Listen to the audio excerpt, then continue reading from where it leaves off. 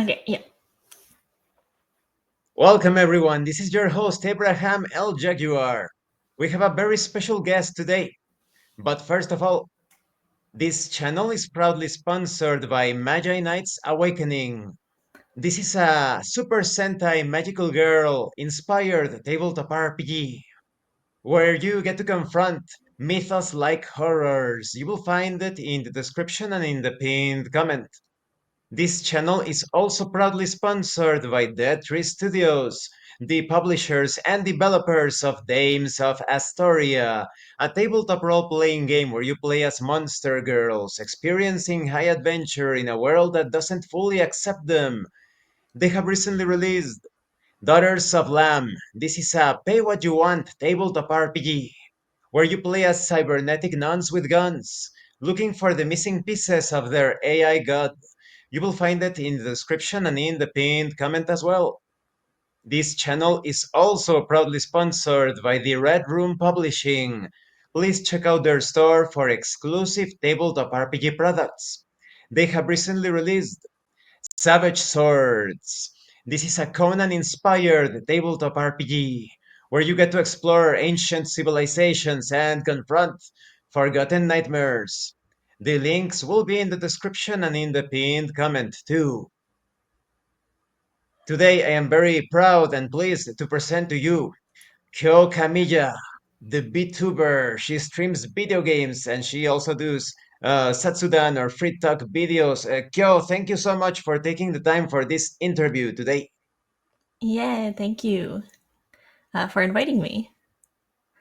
Awesome. Now, before we get deeper into things, Kyo, please tell us about your current projects.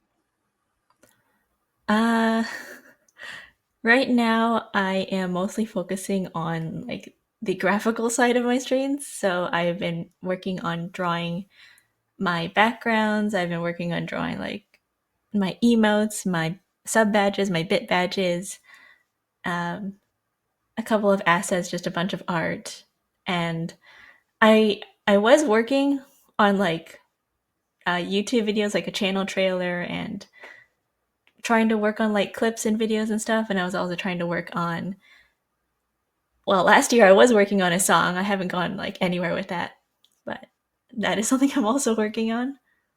You are composing a song or more like a cover? Not a cover. I am working on writing the lyrics of a song, Mhm. but I know That sounds nothing very about exciting. songwriting. So Now, I actually discovered your channel because of your ASMR video, but I think perhaps that was like an April's Fool thing, April Fool's, because but I have to say I watched your other streams and you have this chill tone to your voice that is also like it has that unintentional ASMR vibe to it. Now, really.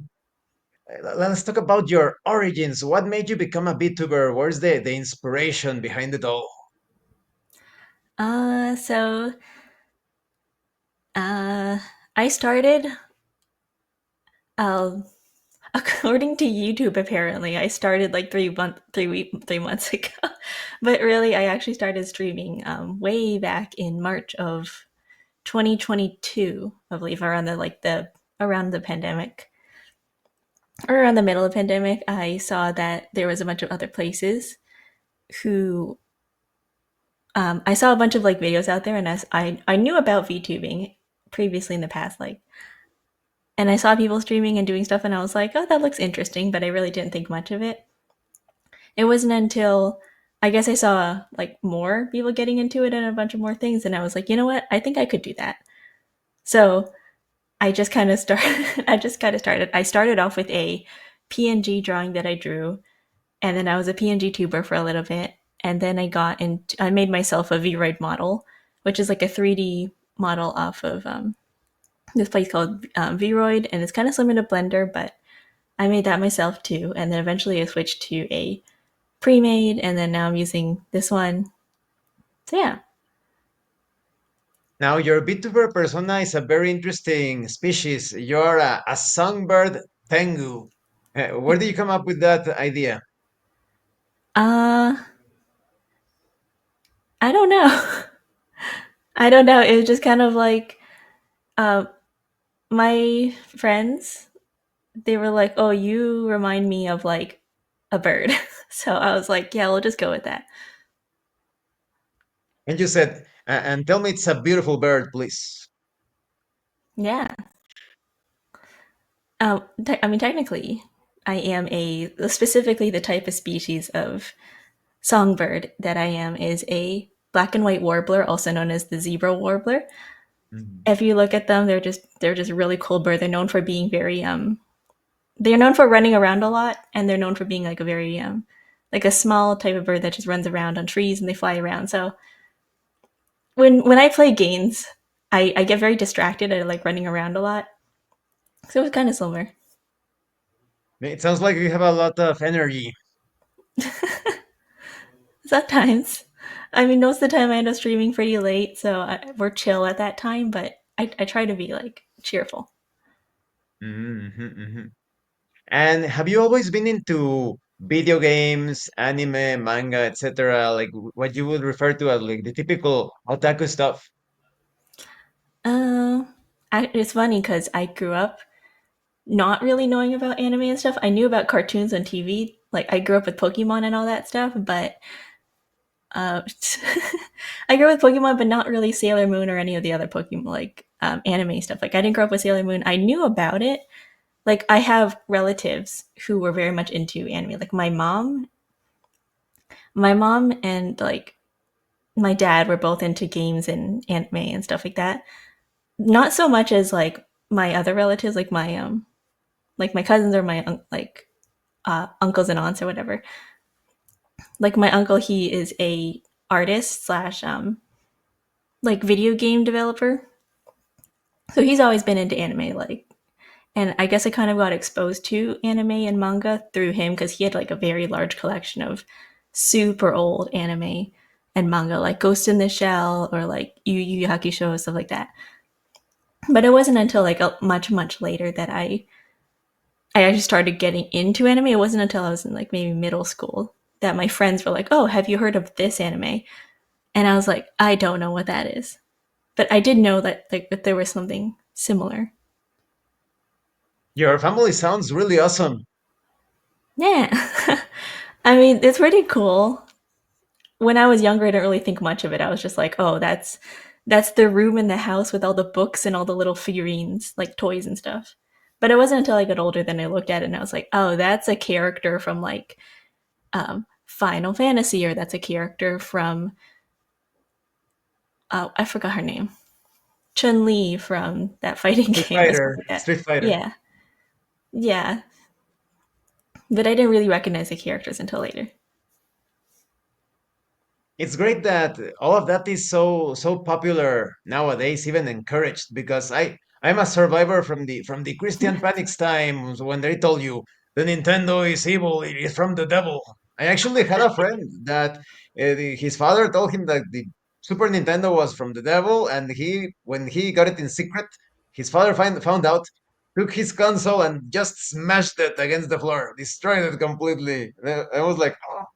Like when he told me Oh, that story, I was traumatized. Like, what? oh man, that sucks. Yeah, I was talking about this with my child a little while ago, and some people were saying that like a long time ago, they their parents used to see anime as like, oh, the devil, and like, oh no, why are you watching like this anime Devilman. because it's like demonic or something. I don't get that. Yeah, it's pretty nuts. It sounds like Dark Ages, but in video game, in terms of video games and such. Yeah, and I remember in school they used to make fun of people for watching anime and stuff. They'd be like, "Oh, you're so cringe, blah blah blah." But nowadays, anime is so popular. Anime is so mainstream nowadays. You can't go like to any store and they're always like, "Oh, that's that." Like, I mean, a lot of mainstream animes nowadays are pretty like big, but most people who get into anime for the first time, they all know about Jujutsu Kaisen. They all know about like um, I don't know, like Dragon Ball Z or stuff like that. Those are the popular ones. But when it comes to, I guess, more niche or older animes, there are some people still out there who they're like, what is that anime? I don't know that one. And it's But great because you can't know all of the anime that exists, right? But at least people are aware of what it's mostly about, and more or less what the anime form of entertainment is. Yeah. Yeah, you never know. I think it's good that it's become a lot more widespread and a lot more well known. Like, Genshin's super popular, Honkai Star Rail super popular. It's becoming a lot more mainstream nowadays, which is good. It's interesting to see compared to like a long time ago where I don't know. I don't know what more what people were interested in back then. Well, it depends. There were so many there's still many hobbies and sports and whatnot, yeah, but because video games are somewhat recent, I think people needed to get adjusted to anime, video games, etc. I actually had people that throughout the years every now and then would tell me, oh, video games, that's just a trend, it's going to die out in 5 years, or anime, no, anime is just popular right now, but wait a few years and it's going to go away. And now it is everywhere.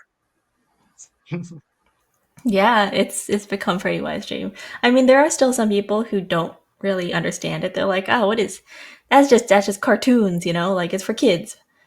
I do get that sentiment sometimes once in a while, but I think it's starting to change. And I think it's so funny. Every single generation, like in the past, they're always like, oh, this is only temporary. This is only going to last a little bit. It's going to change, right? But, things do change a little bit, but I think it just evolves over time. It gets a little bit different and it gets a little bit more, like things change. And I like that. I like as technology changes, as things become more relevant, as we improve technology over time, things just kind of get better and maybe a more, I wouldn't say mainstream, but like different. Different but popular at the same time. Yeah, popular and a little bit maybe more well known. Like And what are your favorite like genres or subgenres in anime? Tell us about like your favorite anime shows. anime, um, I like I like slice of life most of all. I like slice of life fantasy specifically. So the whole isekai genre. When I read manga, I really love cooking. I love food. I love food. I like cooking animes. Food Not Wars, right? Yeah, I'm well, not. Food Wars not so much like Oh. the graphics part of it, but I like cooking, like Kitchen Mhm. Princess, like the old ones, or like I forgot the name. In Another World with my I forgot the name of it. It's like about a guy with his giant dog and he just cooks. I don't remember that one. Sounds interesting. Yeah, I don't remember the exact name of it, but it's about this guy and he goes to another. He gets isekai and he meets like this Fenrir and he tames a slime and he kind of just travels around cooking. It's fun. Yeah, specifically the isekai slash fantasy genre. Like right now, the animes that I'm watching is what's it called? Apothecary Diaries. I really liked Freyrin. I really liked. There's one that's coming out soon that I'm really excited for, Witch Hat Atelier. So those Mm. are all really really good. But yeah, that's just my genre. I just love fantasy isekai slash slice of life.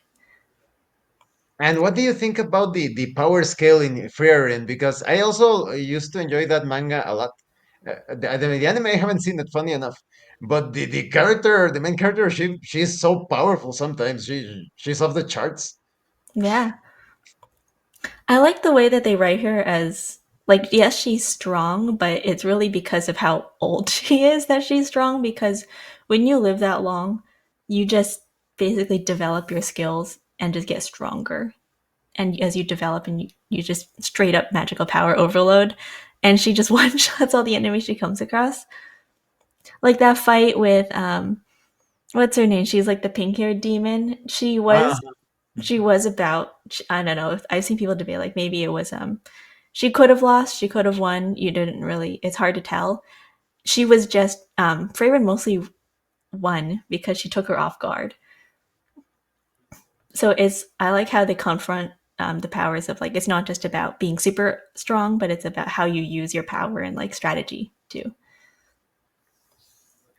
I think that's a bit of a, what you say, a dead end situation for some authors when they scale the power a bit too much, but you also need that horizontal progression. So that is not just about overcoming everything through brute force, there is also like the use of strategies and tactics. Yeah, yeah, yeah. Yeah, that's how you find like in a lot of manhwa, like Korean manhwa, they have that issue that they run into a lot of times where they make the main character so strong that the only way to, I guess, create a conflict in the storyline is if they introduce another character who's even stronger, and then it kind of gets a little bit boring or a little bit overdone when they just keep doing the whole power scaling thing where it's like, oh, character meets a super strong character, and then they get stronger, and then they defeat them, and then they, I don't know, through the power of friendship, they just continue onwards and get stronger, and it just kind of gets a little bit old. But I like the way that they do it in Freyrin, where she is confronted with like having to, I guess, problem solve in her own way. It's not just about, and then they also, it's not just about fighting all the time too. She has her own like slice of life issues where she has problems and she has her own party that she like interacts with, and it's quite wholesome.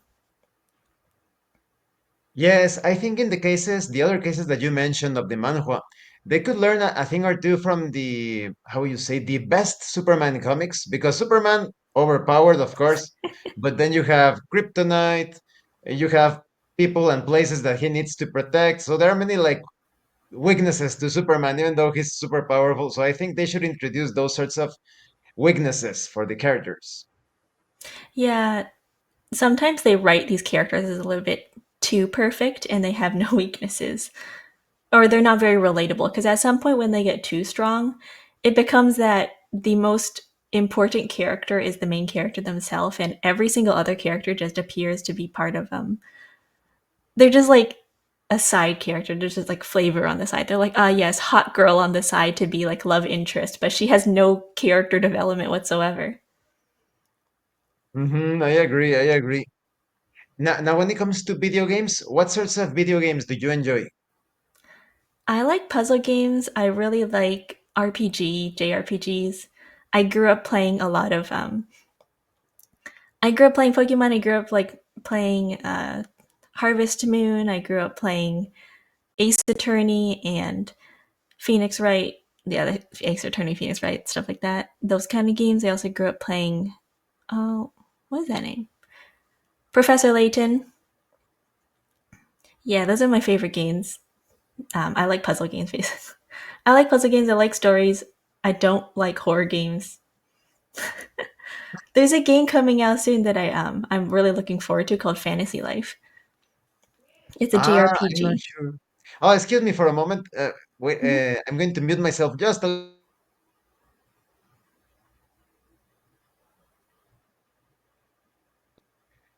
All right. By the way, I was just going to mention, are you aware of a game called Cassette Beasts? No, I don't think so.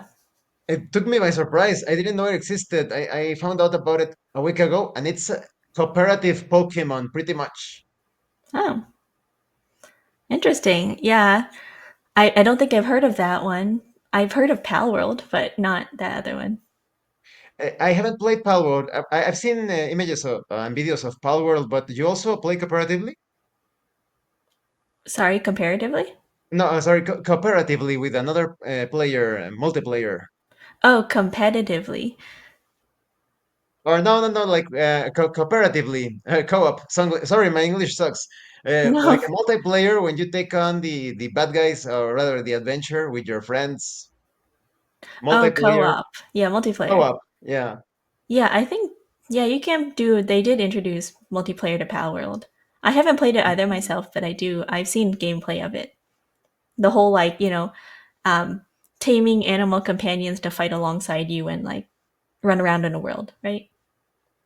I see. That sounds very good because that's what caught me off guard when it comes to cassette beasts.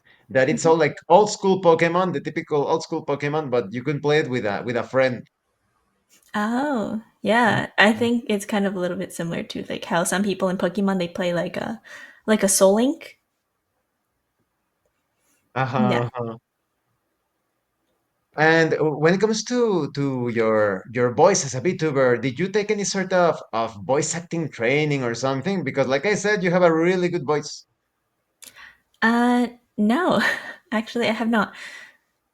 No, not really. I mean, a long time ago, I did sign up for choir, I have a lot of musical background, so throughout like most of my life, I've always done like um, instruments, like orchestra, like playing in like a band and stuff like that. But when it comes to vocal training specifically, no, not really. I mean, when I was younger, I used to really like copying voices from things I would see on TV or like the way people would say certain words or just sound effects.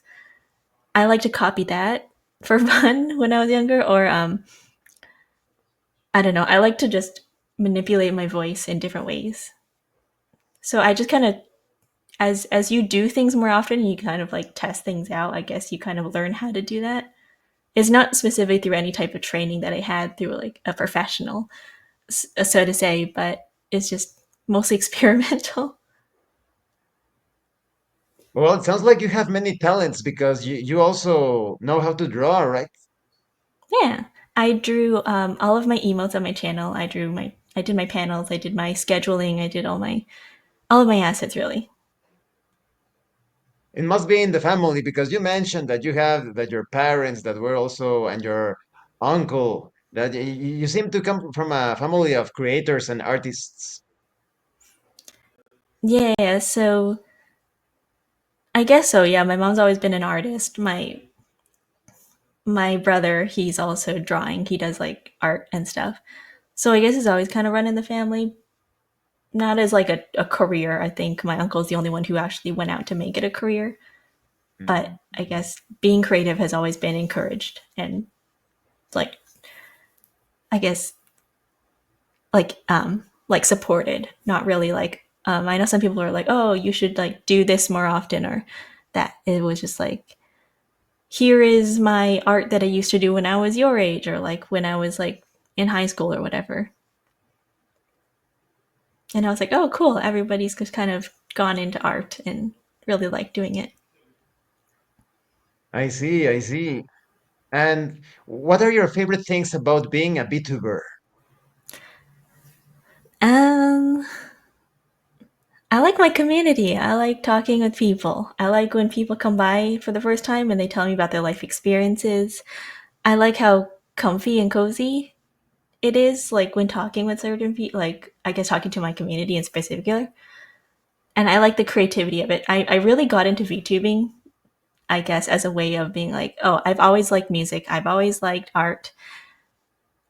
I guess I could pick up other skills along the way and I could have like a project to work towards as a whole. And I can use all of my abilities or like skills that I've accumulated over the years specifically for this, right?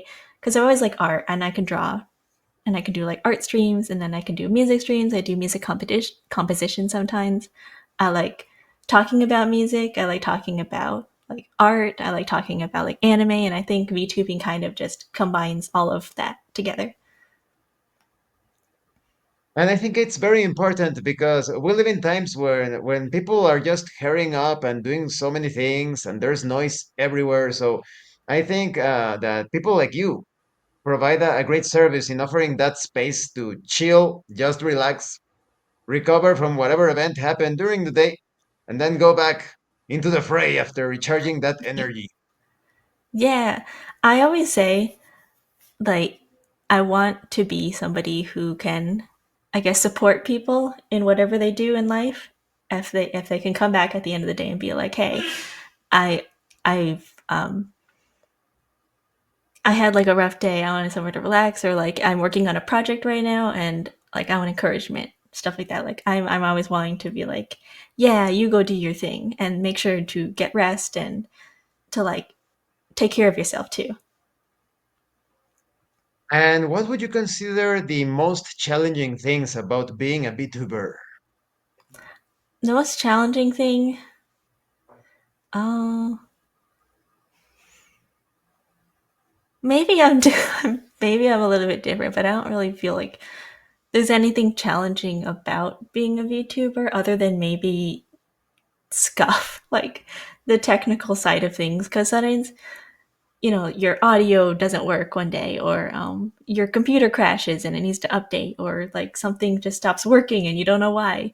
That might be the most difficult part of it. It's just tech issues. But other than that, like talking comes easy to me. Uh, Maybe for me, I have an issue with like getting a little bit too focused on games and not talking enough. So sometimes it happens to me. That's maybe my issue.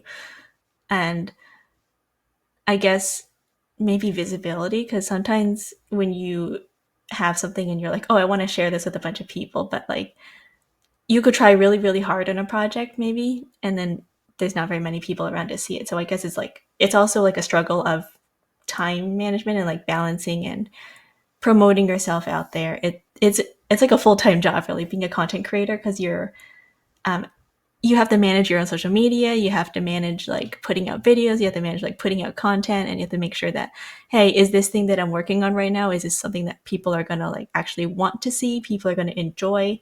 I want to create something that's for myself specifically usually, but also at the same time I want to make something that my community and maybe other people would also enjoy at the same time. Yes, it's a bit of a struggle because the algorithm is merciless. You need to be active, otherwise you are just simply forgotten. Yes, that is also a major issue. You have to be consistent, and that is something that I've kind of struggled with. My chat tells me, they're like, I think you have like some kind of like ADHD or something because I don't know if you ever heard my streams, but I go off topic every 5 minutes. When they're like, yeah, I pull up your stream and I leave for like 5 minutes and I come back and you're talking about something entirely different. That that's my brain. But for somebody who's also like super busy in life, it's really hard to keep consistent, like a keep consistent schedule. I know a lot of times I'm like, oh yeah, I'm going to be streaming every, Tuesday and Friday. And then it turns into maybe like Friday at midnight and Wednesday, even though my schedule says like a completely different time because I get distracted or I'm like, oh, I'm not going to make that on time. Or like even creating constant like posts on social media, like, oh, I need to like message people on Twitter. I need to like update people on this, or I need to create like videos or do all this stuff. It's a lot. I actually like it that you are able to approach various subjects and topics. Unless your video was like super focused, like today we're going to talk about apples, and suddenly you start talking about oranges and bananas. Yeah, well, that's a bit of a problem, right? But if it's for like a general stream, I think that's actually a strength rather than a weakness that you are able to jump from one topic to the other. Maybe it is. Maybe for a stream, but if I every single time I want to talk about a certain subject in particular, I'm like, okay, for the next, let's say, for the next 10 minutes, I want to specifically talk about this story that happened to me, right? I get distracted. I'm like, I want to talk about this. And then halfway through, I'm like, oh, yeah, by the way, did you guys hear about this new like Pokemon Nintendo Direct? Rather than like talking Uh, about my story, I'll be like, hey guys, today, guess what happened to me? And then I forget that I was talking about that. I get it. I get it. Now, when it comes to VTuber culture, what are your thoughts on the current VTuber culture as a form of entertainment or an expression? Anything that you can share with us? Sorry, can you repeat that? Sorry, what do you think about VTuber culture in current times? Ah. That's an interesting question because I know a lot of people have said like, oh, VTubing's gotten super oversaturated. VTubing is like dying because there's nothing new. There's nothing like there's something else outside of VTubing. VTubing is gonna like, I don't know, the bubble has burst, whatever, right? I've heard people say that all the time. I think it's fear mongering. I don't think it's actually true. Yes, it's true that there's every single day, every hour or whatever, there's a new VTuber that pops up. There's always going to be something unique and different in this sphere. Um, I don't know if you've ever been on the riggers side of VTubing, like when it comes to like making the model move or making like art.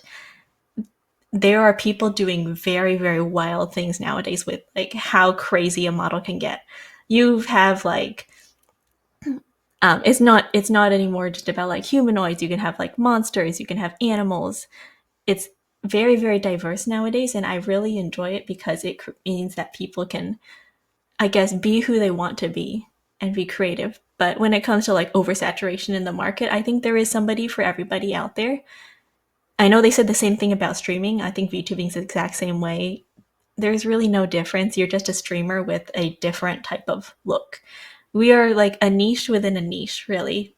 The niche we're already in is streaming, content creation. And then when you put yourself in another niche, like specifically VTubing that appeals to like an anime type focus, you're already kind of in a very limited sphere that's may not be as mainstream one day as like a super famous streamer like Moist Critical. But I think it's starting to kind of you see it nowadays too. Like there's a lot of major streamers who are starting to collab with VTubers, so it is starting to kind of break out of that sphere. But when it comes to like a lot of people out there who see these things and they're like, oh, I want to get into VTubing too. I don't think there's gonna ever end for that. And when it comes to content creation like outside of VTubing, I know right now we're kind of limited to like the 2D plane, and maybe if you're lucky, if you have the money, you can upgrade to 3D, and I know that's super expensive. It costs a lot of work because you can either go two ways. You can get like VR trackers or you can get the whole like ping pong ball suit, like $10,000 rig, cameras mounted in a certain room, super expensive rig, but it is that is if you want to go there. But most people who are like everyday streamers, they won't get to that level. Yes, So I think VTubing is here to stay because I'm 42 years old, and every single decade there is something that no, like I said, it's just a trend. It's not going to last. It's going to go away. Never happens. yeah, I don't think that VTubing would ever go away because I think people enjoy the concept of like being somebody else or seeing themselves in a different type of like way that they usually look. I don't think that would ever change. I think even before then, there's always been the concept of like drag queens. There's always been like, yeah, the concept of drag queens. There's always been the concept of like dressing up as a different thing, like cosplay. Cosplay's always been big. I think it's kind of similar to that, you know, to be able to see Since yourself in a theater reflection of. in ancient times, there's been theater. Just Mm. putting it like that. Yeah, you're basically a performer. You're dressing up as somebody that you don't look like normally, and you can act a certain way that you may not act like in real life.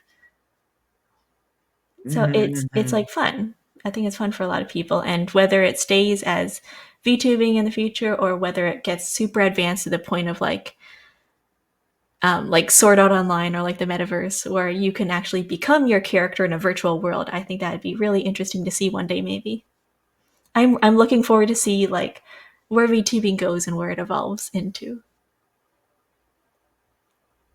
I think that is also important that VTubers, I sometimes joke with other VTubers and they always agree. I tell them, I feel a bit like VTubers are the bartenders of the internet. They do almost the exact same function. They are there when they are streaming, they are like your best friend, and then they stop working and that's it. But then they come back the other day and you listen to people's everyday lives, successes, problems. You comment about this or that. So it feels a lot like a bartender. Have you seen the anime called Bartender? I read the manga. Yeah, it's kind of like that. I mean, personally, for me, I would consider VTubing more of like a busker. Like I'm here on my digital corner of the internet doing my stream, doing my performance or whatever. And whoever wants to stop by, they stop by. Maybe they'll stand around for maybe the entire performance. Maybe they'll watch the entire thing, or they'll stop by and then they'll continue on their way and then continue walking somewhere else and they go on their journey. Instead of like I guess a bartender where you go specifically for a service, is more like you're passing by somebody on the street and they're doing their own thing. Although you not always talk to people, to performers on the street. So I guess it depends on the person, right? Some people are there to talk to the VTuber, others are just there to listen to the song, watch the live stream, etc. Yeah. I mean, I know for me specifically, a lot of people come by and it's usually nighttime for them. I stream late at night. So for most people it is also quite late for them. So they want to listen to somebody before they go to bed so that they can wind down at the end of the day and relax. Or some people just want somebody to kind of accompany them during work, like when they're at work and they just need something in the background, somebody to talk to. Even if they're not like constantly like talking to me specifically, they just want somebody to listen to, like a podcast or like music in the background. That's a really good point. It could be, this is just a thing that I thought about right now. It could be that the rise of VTubing could be related to perhaps a certain loneliness that people experience.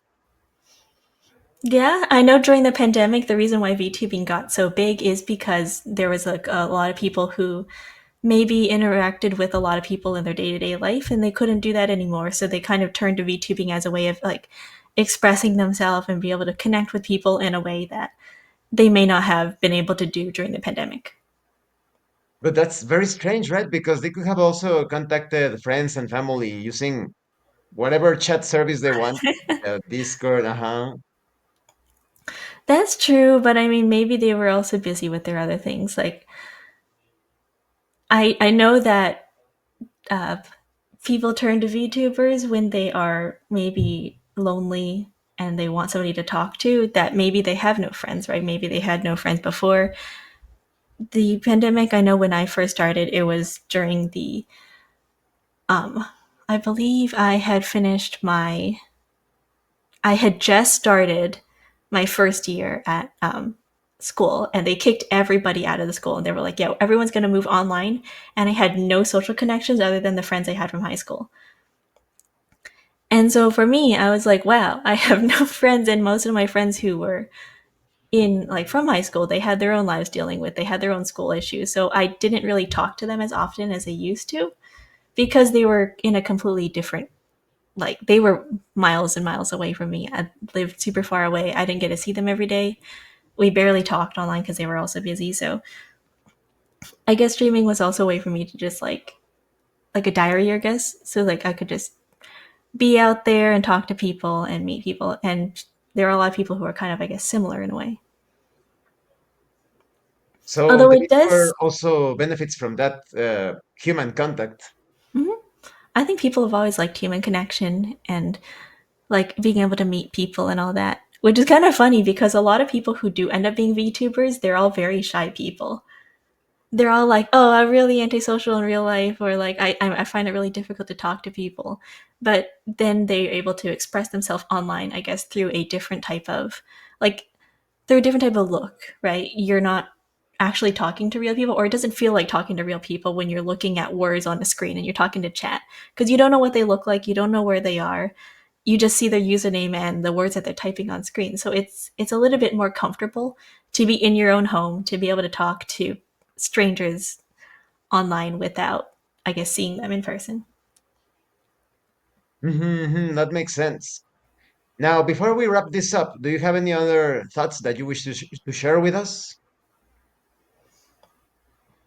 Um, no, not really. I guess I was to say, like to say too, that I guess in a way, bringing like a one-sided type of conversation when you're not talking to somebody face to face, you're talking to like a collective of people.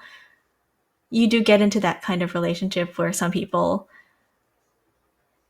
take it a little bit too far. I know some people have seen that where it turns into kind of like a toxic kind of relationship between like, oh, you know everything about this one person, but you don't know anything about the other person. And whatever they share with you, that's still like nothing compared to like somebody telling you everything about their day-to-day life versus like they might pop in and be like, oh, right now I'm working, right now I'm like doing that. So I think it's kind of interesting to see that kind of relationship.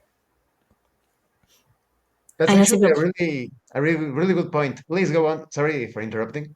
oh no, yeah, so that phenomenon, they it has a term they call like parasocialism, where people kind of um mm, especially in this term of, do you know what a GFE is, or like a BF, like boyfriend experience, girlfriend experience?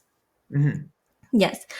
So that has been an issue in the past when it comes to VTubing, where when somebody has nobody else in their life, like no friends or family that they're really close to, and they spend a lot of money talking to a streamer, like especially if they're a super popular streamer, and the only way to get them to, I guess, respond to you in a chat is to send them money.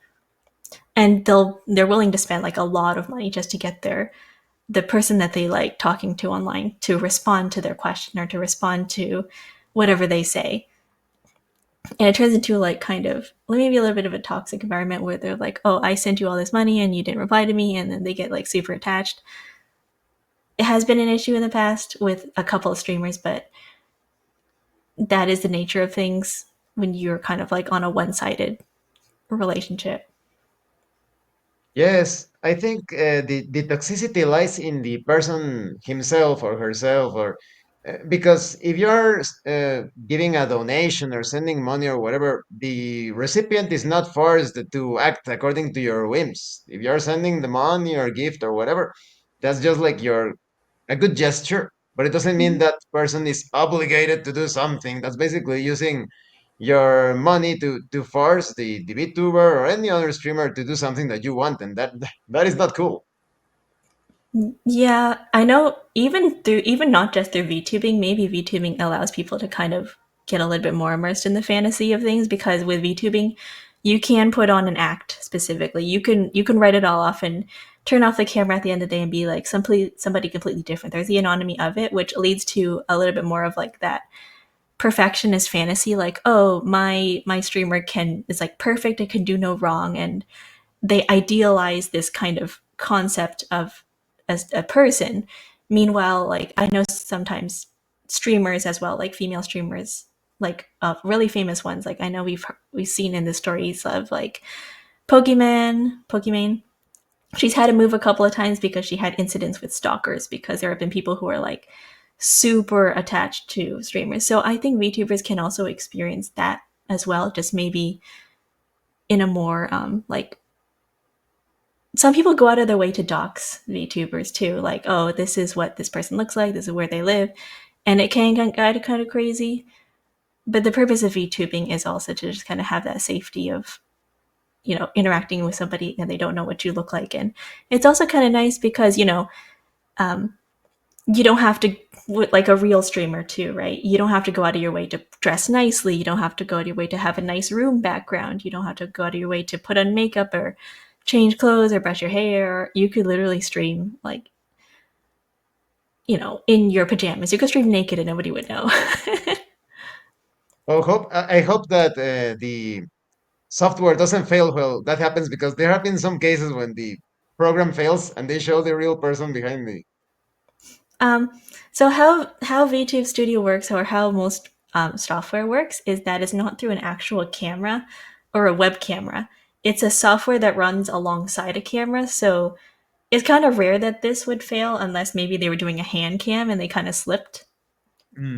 But Mhm. when I'm talking to like face to face like I am right now, I'm not connected to an actual camera. This is through like a software that uses like tracking points on a face to kind of see like if my mouth is moving or like if my eyes are blinking, stuff like that.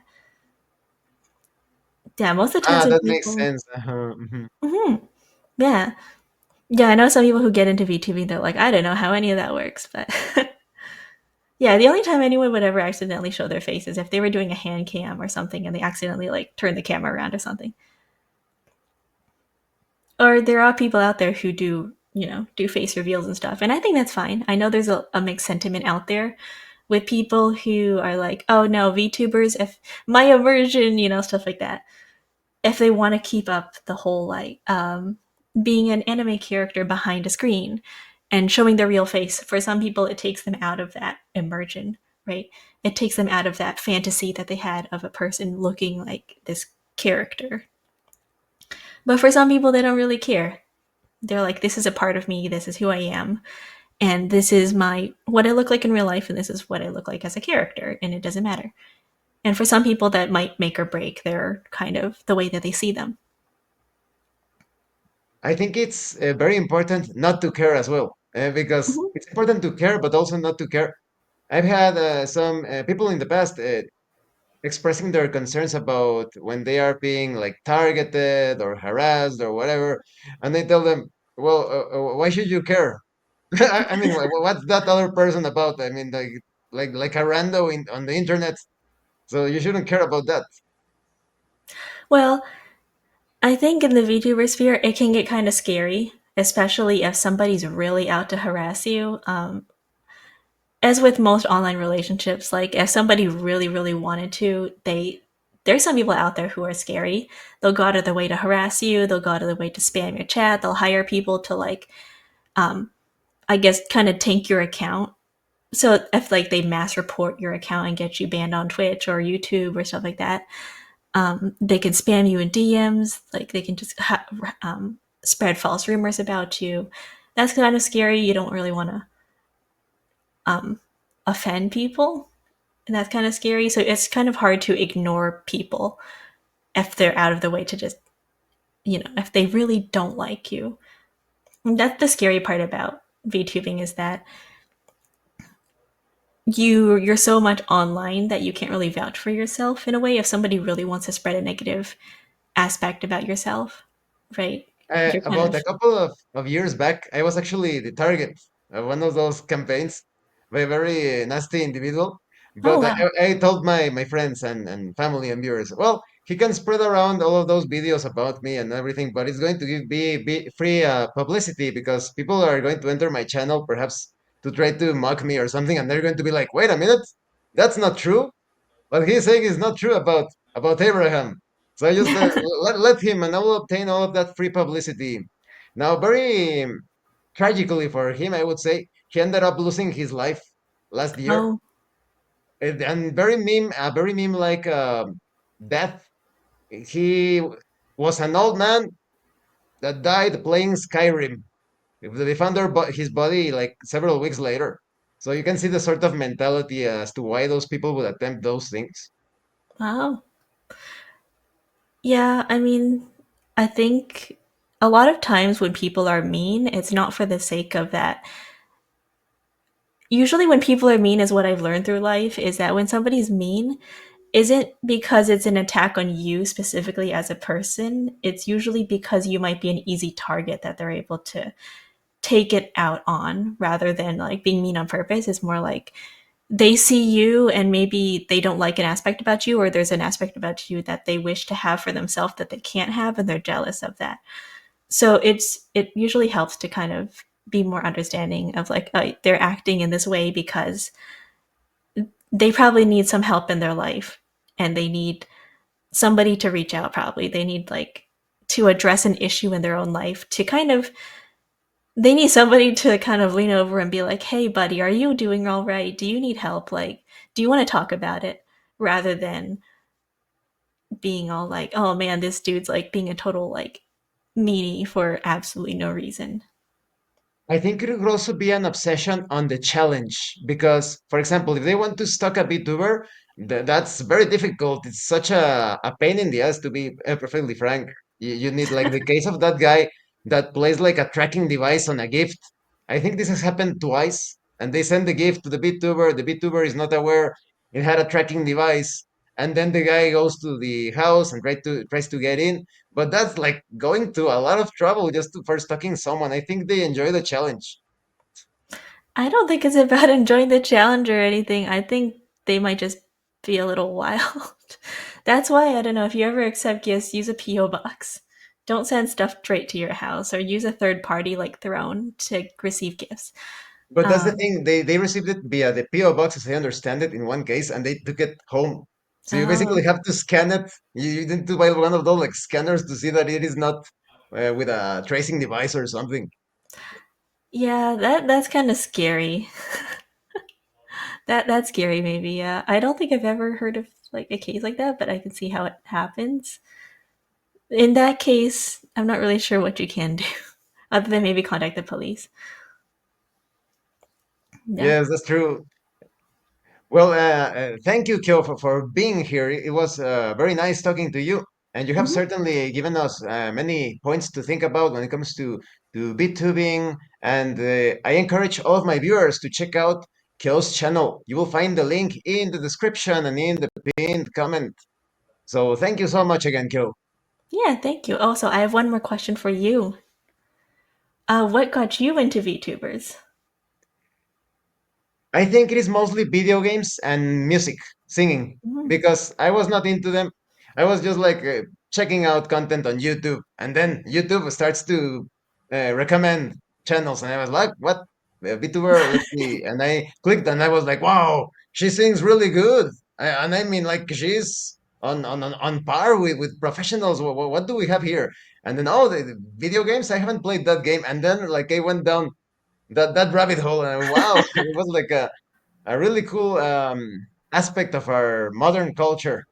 And that's basically Mm. how I decided, wow, I should start interviewing VTubers because people need to know about these talented VTubers. They are missing out. Yeah, because I asked that question in particular because looking at your channel, it seems very like VTubing stuff seems very different from the stuff that I usually do. Like you seem to get into a lot of D&D and a lot of tabletop RPGs. It's like kind of VTubing scenes out there. I also stream video games, but it's more like a recent thing. So I think Hmm. it could be reconnected to the video game side. Although I have seen some VTubers playing tabletop RPGs. Ah, by the way, do you play tabletop RPGs? Um, no, not really. I mean, in person, maybe like, the Monopoly and stuff like that. But Ah, more when it like board comes, games, right? yeah, board games, but not really tabletop RPGs. I've done text-based adventures, like ARGs and stuff like that, but not really tabletop like D&D now. I've Really, heard really about fun. them. Mhm. It's very different from a board game because in a board game you have your dice, your Hmm. pieces or tokens, you move them across the board. But in tabletop RPGs, the game master describes the situation. He presents like a fantastic environment, and you get to interact with that environment by describing your actions in the present, in the now. Hmm. So the limitation is that in board games and video games, you are limited to what is programmed in the video game or the rules of the board game. But with tabletop RPGs, the sky is the limit, depending Hmm. on your character. If you are a ninja anime type of ninja, of course, you will be able to somersault and do all sorts of cool ninja moves. But what if you are role playing a professor with a leg that doesn't work too well, and now you're limping around with your cane, and you need to consider that during the adventure. What are my limitations? What can I do as a professor? Well, you're very intelligent, and you can do this and that, and you focus on your strengths. It's all about your limitations and your capabilities. Hmm. I like to put D&D as like you're talking to like the DM who's basically acting as like a big computer. And that's the But thing one tries to, how you say, to eliminate within the fiction, because a lot of people think that you have the game master and the player, but the game master and the player do not exist in the fiction.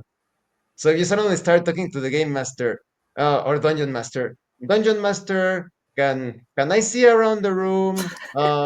What is inside the room, dungeon master? No, no.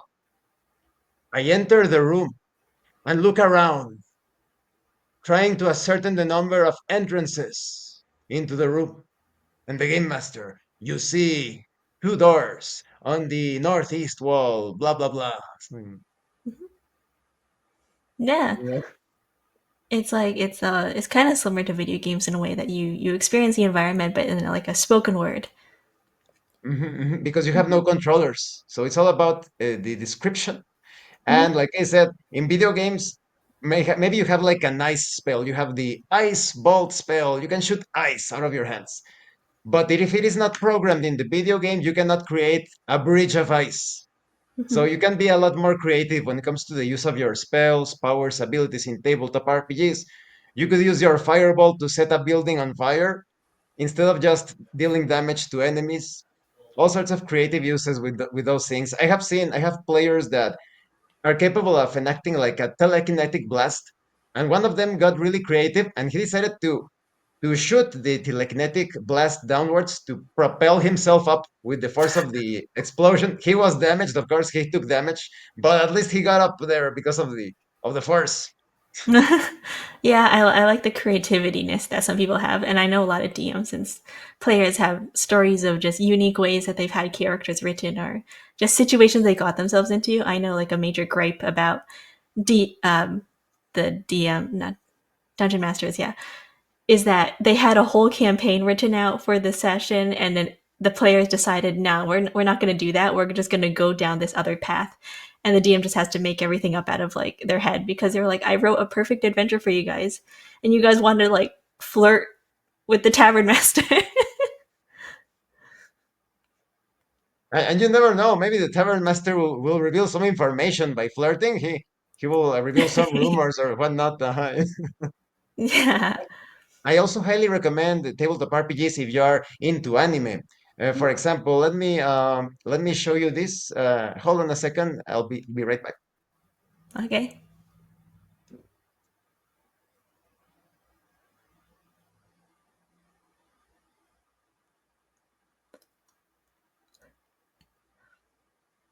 Okay, here we go.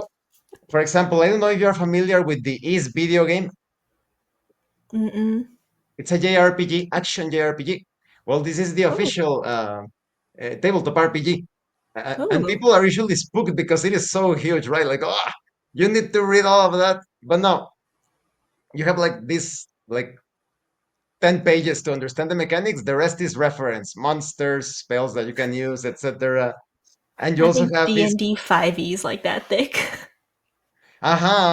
people get too intimidated, but you actually only need to learn a few things. And this one is called Picaresque Romance. It's a bit Oh. like anime noir, very complex. You are basically playing as yakuza, swindlers, even like you could play a VTuber that is, but very, like the evil characters, and they're all trying to be the top dog in the city. Oh, cool. That sounds interesting. Yeah, I didn't know that It is. like I didn't know that there was like different types of like storylines. I know mostly like about D&D and like the whole monsters and RPG stuff, but I didn't know that there was other plots out there like that. There are so many. There are I don't know if millions, but at least thousands. Cool. Yeah. I know there's like some people do like stuff like that where it's like mystery murder mysteries. Yeah.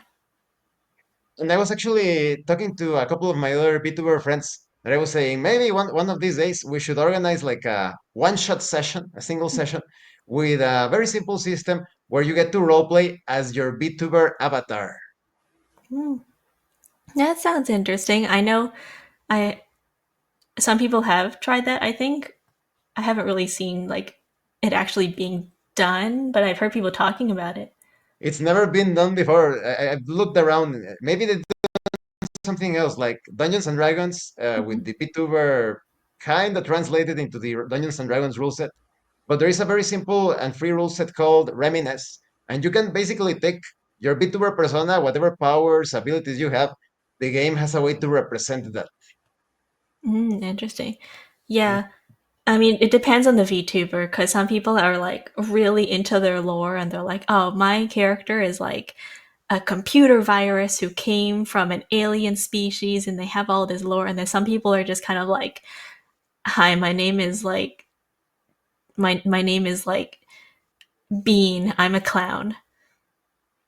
And they have no power whatsoever. They're just like, I'm just like that. You know? So I think it depends on maybe the type of VTuber that they are and how into their own lore they are. Uh-huh, uh-huh. And you usually have like weaknesses to represent that because you have no powers.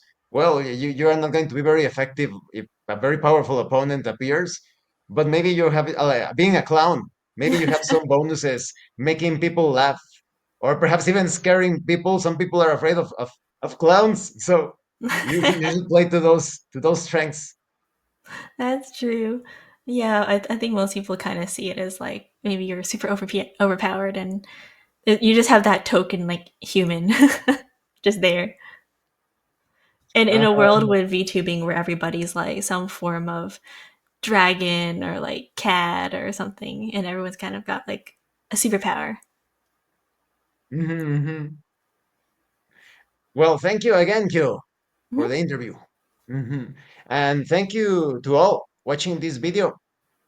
And don't forget to leave a like, comment, subscribe, check out Kyo's channel. And thank you so much to those of you that are going the extra mile to support the channel. If anyone else wishes to further support the channel, consider joining as a member using the super thanks button. Like, subscribe. I already said that. Well, you know the gist. And remember, in tabletop role playing games, You are not telling stories about your characters. You're experiencing the game world as your characters. Once again, thank you all. I'm stopping the recording in 10 seconds. Bye. Bye bye.